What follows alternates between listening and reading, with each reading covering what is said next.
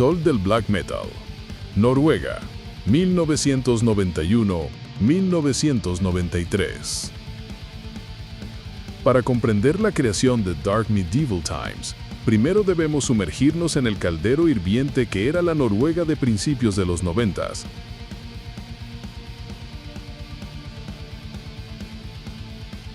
Esto no fue simplemente el nacimiento de un nuevo género musical, fue el surgimiento de una ideología, una rebelión juvenil contra todo lo que la sociedad moderna representaba. La llamada segunda ola de black metal fue una tormenta cultural que arrasó el país, dejando un legado de música increíble y una estela de crímenes muy reales.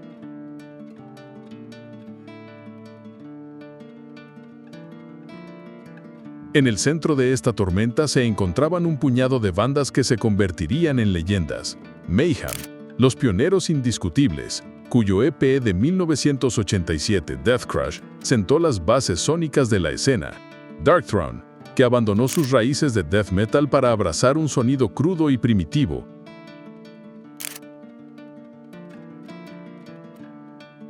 Que definiría el género con álbumes como A Blaze in the Northern Sky. Burzum, el proyecto en solitario del controvertido Bart Vikernes, que aportó una atmósfera hipnótica y ambiental a la agresión del black metal.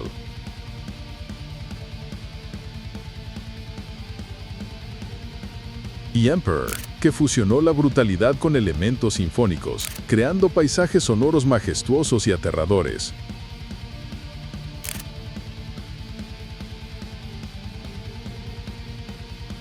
Estas bandas no solo compartían un estilo musical, caracterizado por guitarras agudas y distorsionadas, voces chillonas y una producción deliberadamente de baja fidelidad.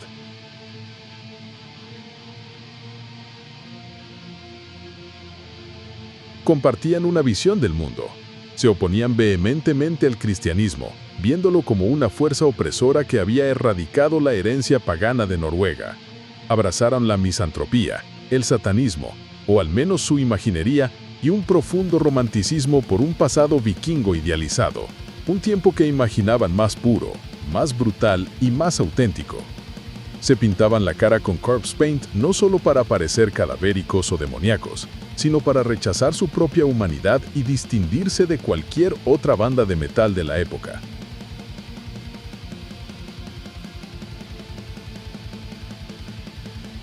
Este movimiento no era inclusivo, era ferozmente elitista. Crearon límites a su alrededor, aceptando solo a aquellos que consideraban true, verdaderos, y expulsando a los posers. En entrevistas, se presentaban como adoradores del diablo militantes cuyo objetivo era sembrar el odio, la tristeza y el mal. Ihansson, The Emperor, admitió que buscaban crear miedo entre la gente y estar en oposición a la sociedad.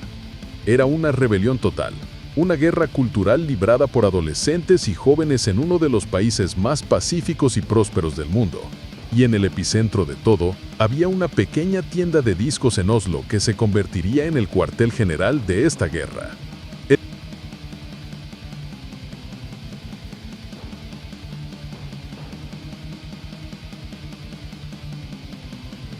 El círculo interno y la tienda Helvete. En mayo o junio de 1991, un hombre llamado Øystein Aarseth, que se conocía como Euronymous, el guitarrista de Mayhem, abrió una tienda de discos en Swigardsgate 56 en Oslo. La llamó Helvete, que en noruego significa infierno. Helvete no era una tienda de discos cualquiera. Rápidamente se convirtió en el punto neurálgico, el corazón oscuro de la emergente escena de black metal noruega. El escritor del fanzine Slayer, Jan Metal Lion Christensen, llegó a decir que la apertura de Helvete fue la creación de toda la escena de black metal noruega.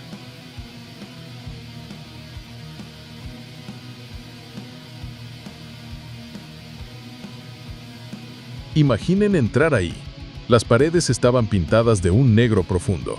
La iluminación era tenue, a menudo solo con velas, creando una atmósfera sombría y cavernosa. Colgaban armas medievales, carteles de bandas y discos de vinilo raros. En el escaparate, en lugar de los últimos lanzamientos, había una lápida de poliestireno. Era menos una tienda y más un santuario dedicado a la oscuridad.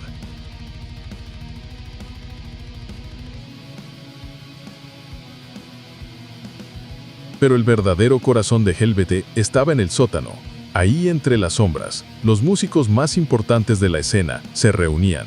Miembros de Mayhem, Emperor, Thorns y un joven Bark Vikernes de Burzum pasaban el rato intercambiando ideas, cintas y planes. En varias ocasiones, Euronymous, Bark y Samoth de Emperor vivieron en la tienda. Bard Faust, el baterista de Emperor, también vivió y trabajó allí. Era una comuna, un club exclusivo para la élite del black metal noruego.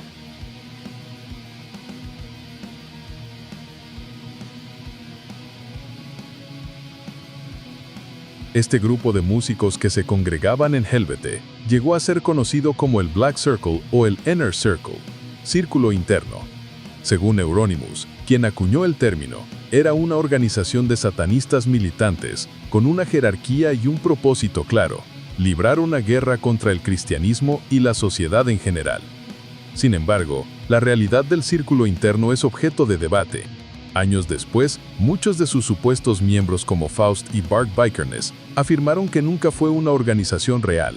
Dijeron que era solo un nombre que Euronymous inventó para la gente que pasaba en la tienda, una herramienta de marketing para hacer que la escena pareciera más peligrosa y organizada de lo que realmente era, para generar expectación y miedo. Real o no, la idea del círculo interno funcionó. Creó una sensación de unidad, de propósito y de peligro.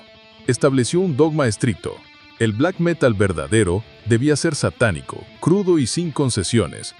Euronymous, a través de su tienda y de su sello discográfico Death Like Silence, que también operaba desde el sótano de Helvete, se convirtió en el guardián ideológico de la escena. Él decidía qué bandas eran true y cuáles no. Su influencia fue tan inmensa que muchas bandas de death metal noruegas, al entrar en contacto con él y su círculo, cambiaron radicalmente su estilo para tocar black metal. Amputation se convirtió en Immortal, Thou Shalt Suffer se convirtió en Emperor, y Darkthrone abandonó por completo su sonido de death metal. Fue en este ambiente intenso, insular y dogmático donde un nuevo grupo llamado Satyricon comenzó a dar sus primeros pasos. Estaban dentro de la escena, pero como pronto quedaría claro, no eran del todo parte de ella. Tenían su propia visión, una que absorbería la oscuridad del círculo interno, pero la filtraría a través de una lente completamente diferente.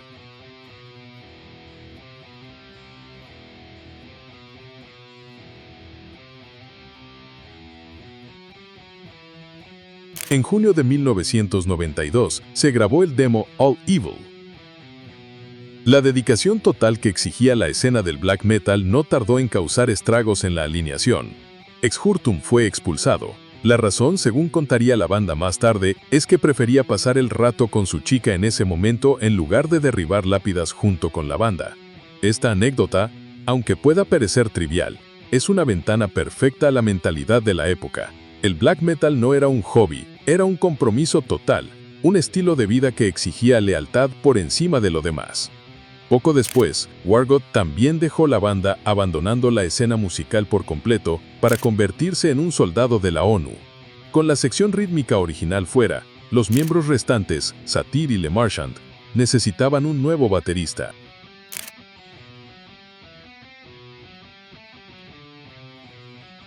Reclutaron a un músico de sesión llamado Ketil Vidar Haraldstad, que adoptaría el nombre de Frost. Con Frost en la batería, grabaron su segunda y última demo, The Forest is My Throne.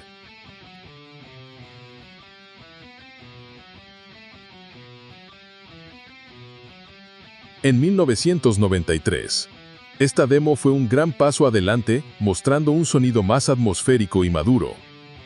Poco después de grabar la demo, Le Marchand también abandonó la banda, dejando a Satyr como el único miembro original de la era black metal.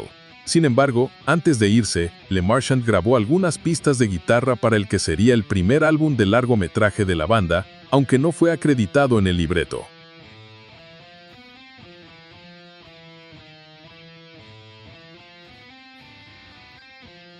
Mientras tanto, Frost, que había entrado como un simple músico de sesión, fue ascendido a miembro permanente. Así, en 1993, se consolidó el núcleo que definiría a Satyricon para siempre, el dúo de Satyr y Frost. Satyr, el joven visionario, compositor y líder. Frost, la implacable y poderosa fuerza rítmica. Juntos, estaban a punto de entrar en un estudio para grabar un álbum que no solo los pondría en el mapa, sino que también ofrecería una nueva dirección para un género que estaba a punto de ser consumido por sus propios excesos.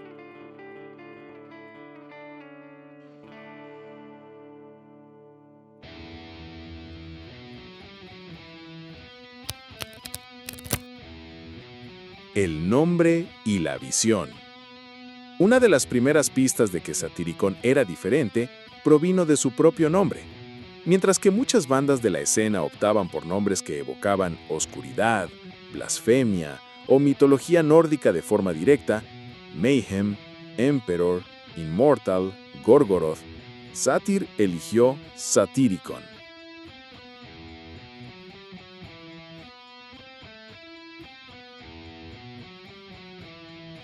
El nombre no provenía de un grimorio oscuro ni de una saga vikinga, sino de una obra de la literatura clásica romana.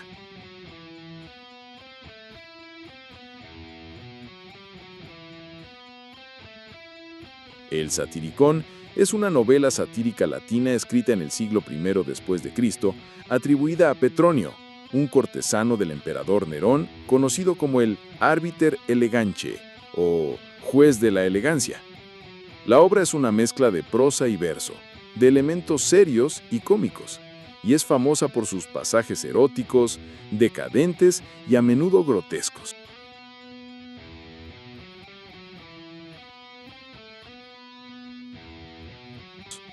Narra las desventuras de su protagonista, Encolpio, mientras navega por los estratos más bajos y extravagantes de la sociedad romana.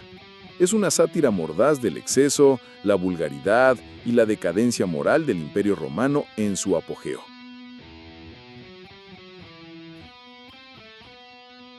La elección de este nombre es increíblemente reveladora. Sugiere que Satyr, aunque a una edad temprana, poseía una sensibilidad artística e intelectual que iba más allá del satanismo primitivo y la agresión pura que dominaban la ideología del círculo interno. Estaba interesado en temas más complejos: la sátira, la decadencia cultural, la yuxtaposición de lo alto y lo bajo, la belleza en lo grotesco. Esto lo diferenciaba fundamentalmente de figuras como Eurónimos. De hecho, Satyr, aunque formaba parte de la escena y frecuentaba el Bet, siempre mantuvo una distancia crítica.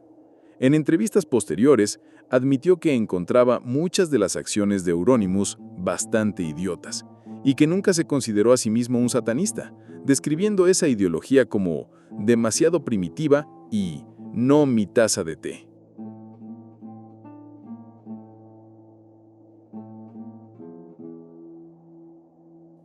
Esto crea una dinámica fascinante.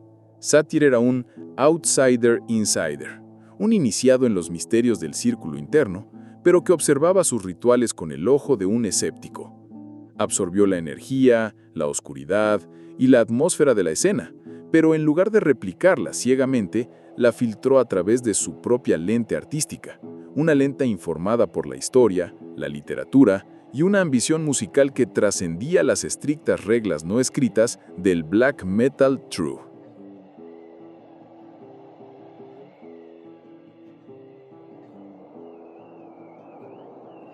Esta posición única fue la clave que le permitió crear un álbum que era innegablemente verdadero black metal noruego en su espíritu y sonido, pero que al mismo tiempo sonaba completamente diferente a todo lo demás. Dark Medieval Times nacería del ADN de la escena, pero tendría un alma propia. Un alma que no solo hablara de odio y maldad, sino también de melancolía, belleza y una profunda nostalgia por un pasado medieval imaginado. Pero antes de que esa visión pudiera materializarse, la escena de la que formaba parte iba a explotar en un torbellino de violencia real que amenazaría con destruirlo todo.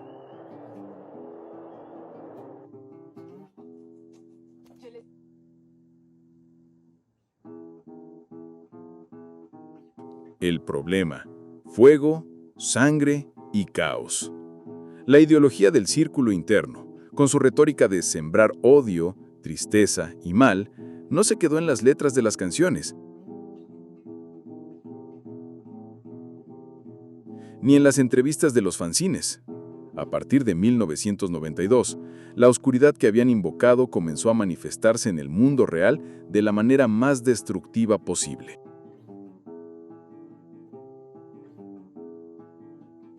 El problema ya no era cómo hacer la música más extrema, sino cómo sobrevivir a la extremidad que ellos mismos habían desatado.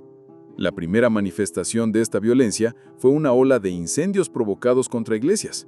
Entre 1992 y 1995, decenas de iglesias, muchas de ellas históricas, stavkirke, iglesias de madera de la Edad Media, fueron reducidas a cenizas por toda Noruega. El primero y más notorio de estos ataques fue el incendio de la iglesia de Fantoft Stab Church, en Bergen, el 6 de junio de 1992. Varg Vikernes, de Bursum, fue el principal sospechoso, y aunque nunca fue condenado por ese incendio en particular, sí lo fue por otros.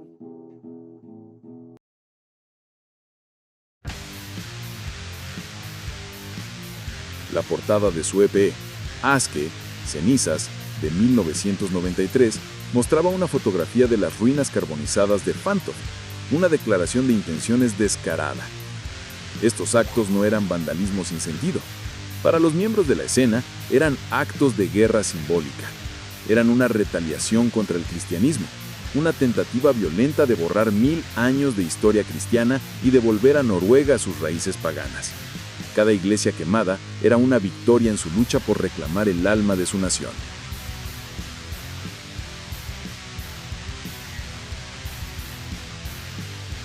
Para el resto de Noruega y el mundo, eran actos de terrorismo cultural que pusieron a la pequeña y secreta escena del black metal en el punto de mira de los medios de comunicación y la policía. Pero la violencia no se detuvo en los edificios, pronto se volvió a interior, en un acto de autodestrucción que definiría la escena para siempre. El 8 de abril de 1991, antes de la ola de incendios, Per, Dead Olin, el carismático y macabro vocalista de Mayhem, se suicidó en la casa que la banda compartía a las afueras de Oslo. Euronymous, en lugar de llamar a la policía, fue a una tienda, compró una cámara y tomó fotografías del cadáver. Se rumora que recogió fragmentos del cráneo de Dead para hacer collares para los miembros de la élite de la escena, y que incluso cocinó y comió trozos de su cerebro. La veracidad de estos rumores es discutible, pero el hecho es que Euronymous utilizó la muerte de su amigo para cimentar la imagen oscura y peligrosa de Mayhem, y de toda la escena. La espiral de muerte alcanzó su punto cúlmine 2 años después. En la noche del 10 de agosto de 1993, Varg Vikernes condujo desde Bergen hasta el apartamento de Euronymous en Oslo. Ahí, lo apuñaló 23 veces.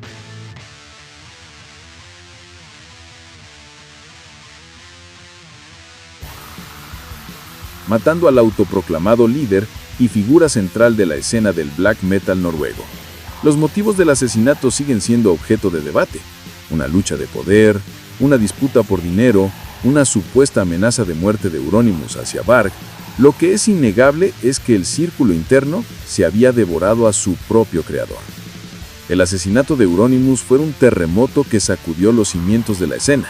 El líder había muerto, y muchos otros miembros clave, incluido el propio Varg, pronto estarían en la cárcel. El movimiento, que se había basado en una ideología de hierro, controlada por Euronymous, se encontraba de repente sin cabeza.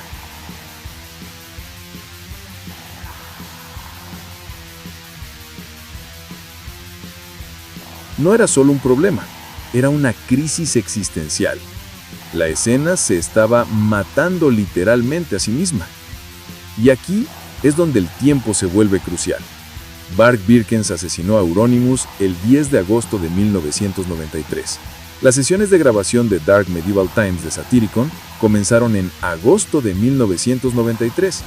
En el mismo mes en que la escena se sumía en su momento más oscuro y caótico, con su líder asesinado y su futuro en el aire, Satyr y Frost entraron en el estudio.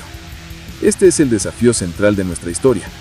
¿Cómo se puede crear arte, y mucho menos un arte tan atmosférico y enfocado, cuando el mundo que te rodea se está desmoronando en una vorágine de fuego, sangre y traición?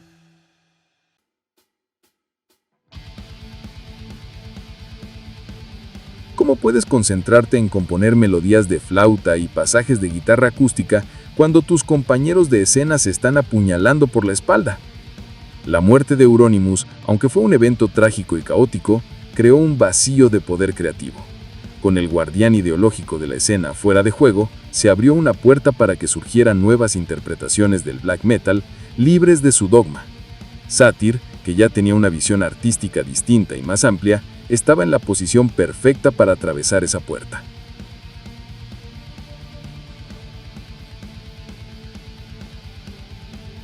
Dark Medieval Times no sería solo otro álbum de black metal, sería una de las primeras y más importantes declaraciones artísticas de la era post-Euronymous, un álbum que señalaría un nuevo camino a seguir para un género al borde del abismo.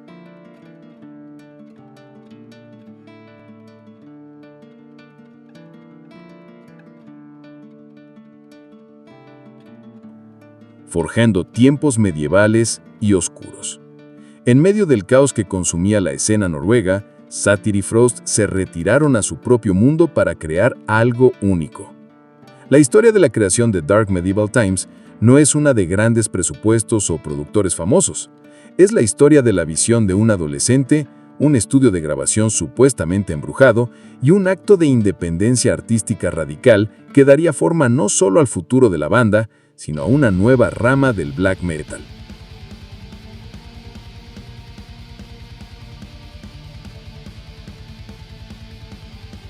La visión del autor adolescente.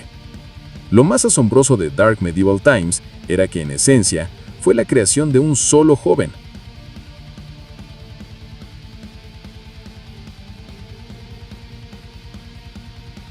Sigurd Satyr Wongraven tenía 17 años cuando compuso la totalidad del álbum.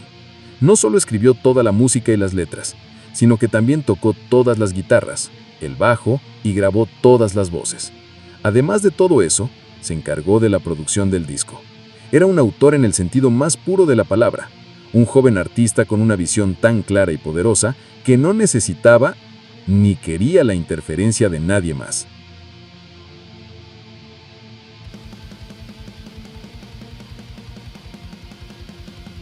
En entrevistas de la época y posteriores, Satyr nunca se presentó como un adolescente que simplemente estaba probando suerte en la música. Hablaba con la confianza y la ambición de alguien que sabía exactamente lo que estaba haciendo.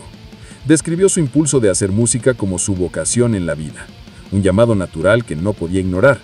No solo quería hacer buenos discos, su objetivo era darle forma a la dirección de la música extrema.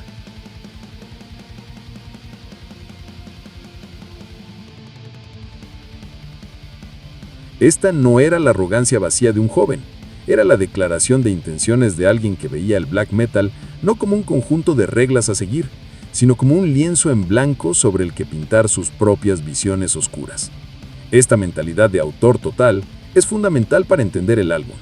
Cada nota, cada cambio de tempo, cada pasaje acústico es un reflejo directo de la mente de Satyr en ese momento. Mientras otros en la escena estaban obsesionados con la pureza ideológica y la agresión sonora, Satyr estaba construyendo un mundo. Se inspiraba en el bosque.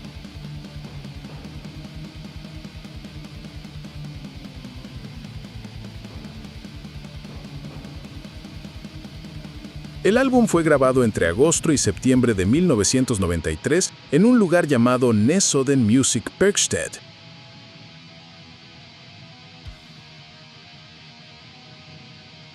Un pequeño estudio semiprofesional situado en una antigua granja en la península de Nesodden, a las afueras de Oslo. En los créditos del álbum, la banda no usó el nombre real del estudio. En su lugar lo llamaron Ancient Spectre Ruins, o Ruinas del Espectro Antiguo, un nombre que encajaba perfectamente con la atmósfera que buscaban.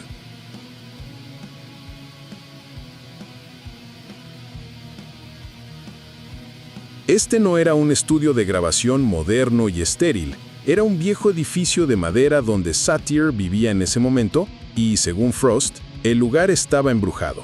En una entrevista, Frost relató cómo, durante las sesiones de grabación nocturnas, Satyr y el técnico del estudio escuchaban ruidos extraños, como si alguien estuviera moviendo muebles en el piso de arriba. Los ruidos provenían de una habitación vacía que siempre estaba cerrada con llave.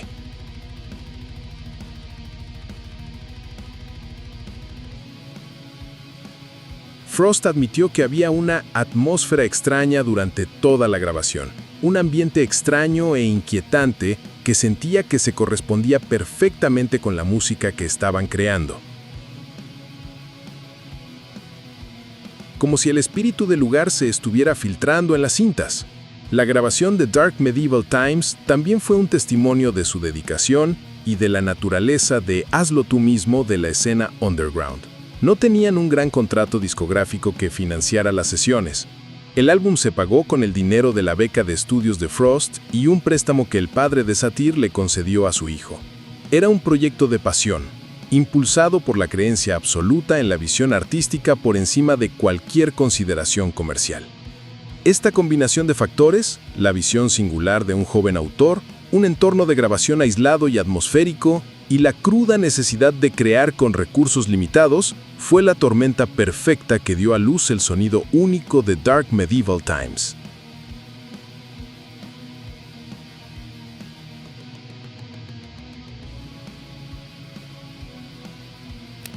El sonido, furia y flauta. Musicalmente, Dark Medieval Times fue una revelación. Por un lado, era inconfundiblemente black metal noruego. Tenía las guitarras crudas y agudas, con ese sonido de zumbido de avispas que definía a la escena. Tenía la batería implacable de Frost, llena de blast beats y una energía primitiva que recordaba a los pioneros como Hellhammer de Mayhem o Fenris de Darkthrone.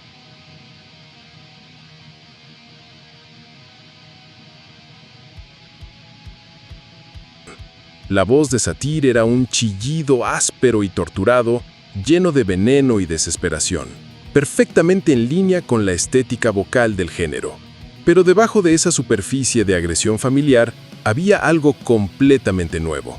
Satir tejió en la estructura de las canciones elementos que eran casi un sacrilegio para los puristas de black metal de la época. El más notable fue el uso extensivo de guitarras acústicas y flautas. Estos no eran simples interludios para dar un respiro entre las explosiones de furia. Estaban integrados en el corazón de las canciones, creando un diálogo constante entre la brutalidad y la belleza, la guerra y la melancolía. Tomemos la canción de apertura, Walk the Path of Sorrow.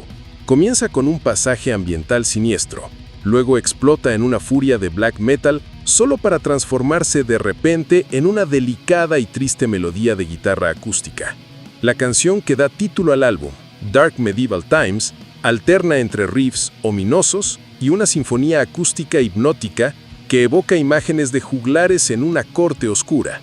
Y luego está Min Hyllest to Winterland, mi tributo a la tierra invernal, una pieza instrumental casi enteramente acústica, donde el sonido del viento se mezcla con guitarras y una flauta melancólica, creando una atmósfera de soledad y belleza helada. Esta audaz mezcla de estilos fue lo que distinguió a Satyricon. Mientras que bandas como Emperor usaban teclados para crear una atmósfera grandiosa y sinfónica, el enfoque de Satyricon era más terrenal, más orgánico, más folclórico. Se sentía antiguo, como si la música realmente hubiera sido desenterrada de una tumba medieval. Las letras, aunque nunca se publicaron oficialmente, se pueden inferir de los títulos de las canciones y de la atmósfera general. Temas como Walk the Path of Sorrow, Into the Mighty Forest y The Dark Castle in the Deep Forest sugieren un mundo de misantropía, naturaleza indómita y fantasía histórica. No hablaban explícitamente de Satán, sino que creaban un lenguaje emocional de desolación, orgullo y conexión con un pasado pagano. Sin embargo, esta ambición a veces superaba la experiencia. Varios críticos y fans han señalado que la estructura de las canciones puede ser un poco torpe o desarticulada, con transiciones abruptas entre las secciones de metal y las acústicas. Parece como si Satir, en su fervor juvenil, hubiera metido todas las ideas de riffs que se le ocurrieron en el álbum sin preocuparse demasiado por la fluidez, pero esa aparente debilidad es, en retrospectiva, una de las mayores fortalezas. Esa crudeza, esa falta de pulido es lo que lo hace tan auténtico. Es el sonido de un genio en ciernes descubriendo su voz en tiempo real. La estructura desarticulada refleja perfectamente el mundo caótico y desequilibrado del que surgió. No es un error, es un documento honesto de la creatividad juvenil en su forma más pura y sin filtros.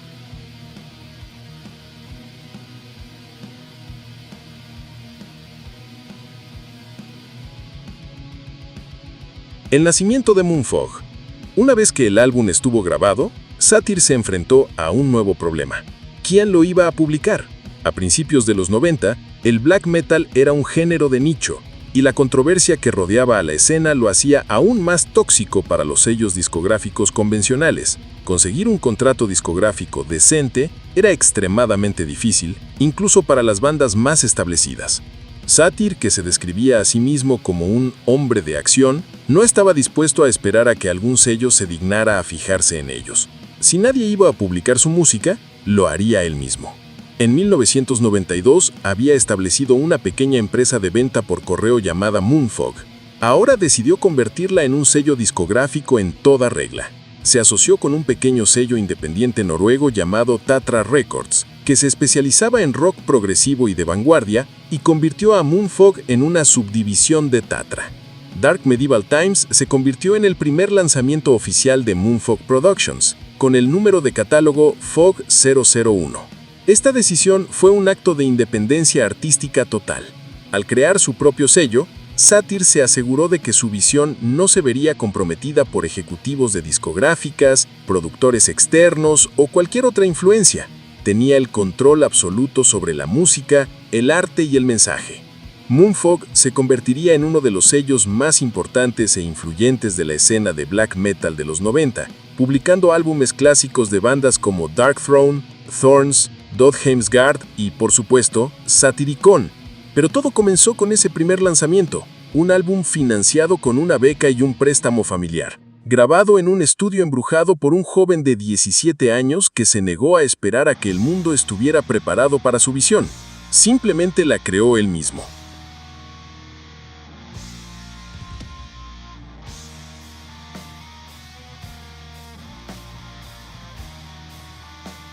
El momento clave, el legado de Dark Medieval Times. Cuando Dark Medieval Times finalmente fue lanzado a finales de 1993 y principios de 1994, la escena de black metal noruego estaba en un punto de inflexión. Los incendios de iglesias y el asesinato de Eurymus habían atraído una atención mediática masiva y no deseada. Varios de los músicos más importantes de la escena estaban en la cárcel o a punto de entrar. El futuro del género era incierto. ¿Se consumiría en su propia violencia o encontraría una manera de evolucionar? En este panorama incierto, la llegada de Dark Medieval Times fue un momento clave. Aunque Satyricon era una banda relativamente nueva en comparación con gigantes como Darkthrone, Burzum o Immortal, su álbum de debut tuvo un impacto inmediato y profundo. Fue sorprendentemente bien recibido dentro de la escena underground y rápidamente estableció a Satyricon como una de las bandas líderes de la nueva generación. El verdadero legado del álbum, sin embargo, no fue su éxito inicial, sino la forma en que expandió las fronteras de lo que el black metal podía ser. Con su audaz mezcla de agresión cruda y belleza folclórica, Dark Medieval Times prácticamente inventó y definió el subgénero que más tarde se conocería como metal medieval. Antes de este álbum, la conexión del black metal con la Edad Media era principalmente estética e ideológica. Castillos, armas, una mentalidad precristiana. Satyricon fue una de las primeras bandas en traducir esa fascinación medieval en un lenguaje musical concreto. Demostró que se podían usar flautas y guitarras acústicas no como un truco, sino como herramientas para crear una atmósfera profunda y evocadora, sin sacrificar ni un ápice de la oscuridad y la frialdad esenciales del black metal. Este álbum abrió las compuertas.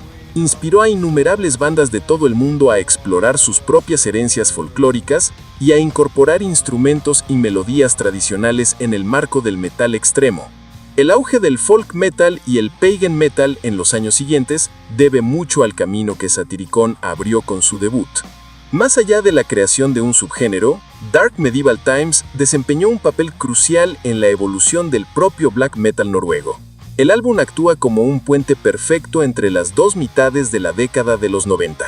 La primera era del black metal de la segunda ola, de 1991 a 1993, estuvo definida por la crudeza, el primitivismo y la rigidez ideológica del círculo interno de Eurymus. La música era un arma, diseñada para ser lo más fea y hostil posible. La segunda era, a partir de 1994, vio una explosión de diversidad y experimentación. Bandas como Emperor llevaron los elementos sinfónicos a nuevas cotas en In the Nightside Eclipse. Enslaved profundizó en la mitología vikinga con un enfoque cada vez más progresivo.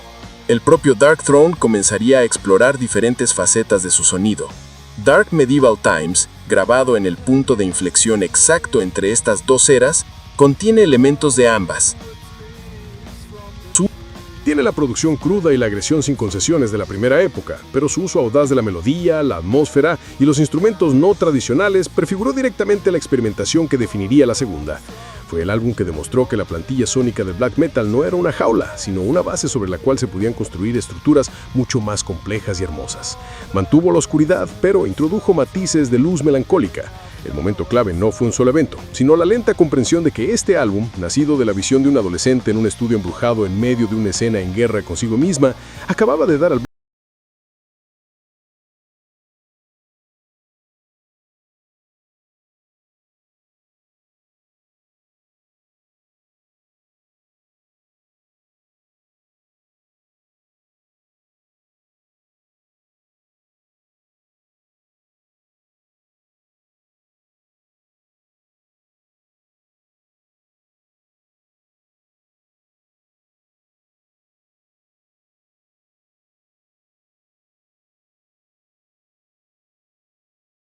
una historia de triunfo contra todo pronóstico. Es la historia de cómo, en el epicentro de uno de los capítulos más violentos y caóticos de la historia de la música moderna, dos jóvenes músicos lograron aislarse del ruido y la furia para crear una obra de arte temporal. El álbum es un monumento a la visión singular de un satir de 17 años, un joven autor que, con una confianza y claridad asombrosas, compuso, interpretó y produjo una obra que redefiniría un género. Es un testimonio de la sinergia creativa entre él y Frost, un dúo que se convertiría en uno de los más duraderos y respetados del metal extremo. Es también un documento histórico de un momento irrepetible. La crudeza de su producción, la estructura a veces desarticulada de sus canciones y su atmósfera opresiva y melancólica son solo elecciones estilísticas, son el sonido de una era. Es el sonido de la juventud, la ambición y la rebelión, capturado en cinta en un viejo edificio de madera mientras el mundo exterior ardía. Pero el mayor logro de Dark Medieval Times es que trascendió las circunstancias de su creación. No se limitó a capturar la oscuridad de su tiempo, la transformó en algo más. Al fusionar la brutalidad del black metal con la belleza evocadora de la música folclórica y medieval, Satyricon amplió la paleta emocional y musical del género. Abrieron la puerta a la melodía, la atmósfera y la complejidad temática, demostrando que la oscuridad no tenía por qué ser monocromática. Hoy, décadas después de su lanzamiento, Dark Medieval Times sigue siendo un clásico venerado no solo por su importancia histórica, sino por su poder intrínseco. Es un álbum que te transporta a bosques helados, a castillos en ruinas y a una época de mitos y leyendas. Es la prueba de que, aún en los tiempos más oscuros, la voluntad creativa puede forjar belleza duradera. No fue solo el comienzo de la legendaria carrera de Satyricon, fue el amanecer de una nueva era para el black metal. Para ver cómo Satyricon tomó esta oscuridad medieval y la forjó en un arma apocalíptica, echa un vistazo a nuestro próximo video sobre la creación de Némesis Divina, Rajit.